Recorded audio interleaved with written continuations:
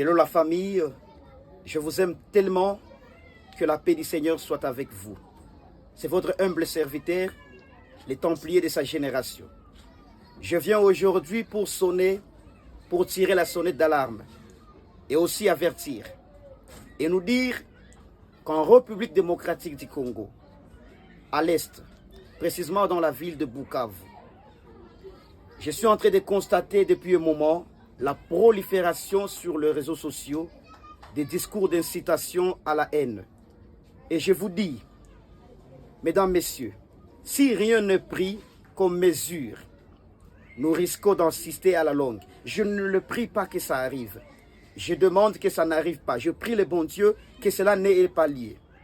Mais je vous dis, si nous ne prenons pas notre responsabilité à main, si nous n'arrivons pas à discipliner nos bouches, si nous ne prenons pas au sérieux nos sorties médiatiques, surtout les hommes d'État, je vous dis que vos propos aujourd'hui sont en train d'alimenter une guerre tribale que vous ne saurez jamais arrêter ici à l'est de la République démocratique du Congo.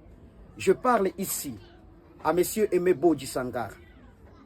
Est-ce que vous savez que votre sortie médiatique n'a pas été d'une grande sagesse?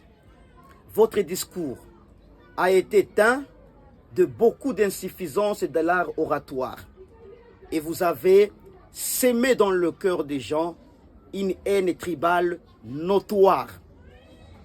À M. Vital Kamerhe, depuis un moment, tu t'es considéré comme un monsieur qui savait l'art de parler en public. Depuis un moment, tu étais élevé au rang de Cicéron. Ta parole était considérée comme une parole d'évangile. Mais je te dis, grand frère, depuis un moment, on remarque aussi que tu es en train de faire la descente aux enfers. Que ton discours aussi, c'était d'une bassesse notoire et inouïe. Comment est-ce possible que les gens de votre charisme, que les gens de votre rang puissent avoir des discours de séparation, puissent avoir les discours d'incitation à la haine? Je vous dis, mesdames, messieurs, de la communauté Lega, mesdames, messieurs, de la communauté Chi, prenez de mesures autant que vous le pouvez pour que cela n'arrive pas. J'en appelle à la conscience et j'en appelle à la sagesse de tout le monde. Ayons le temps de refuser que la haine ne trouve pas la place dans nos cœurs. Que le tribalisme ne naisse pas dans nos cœurs.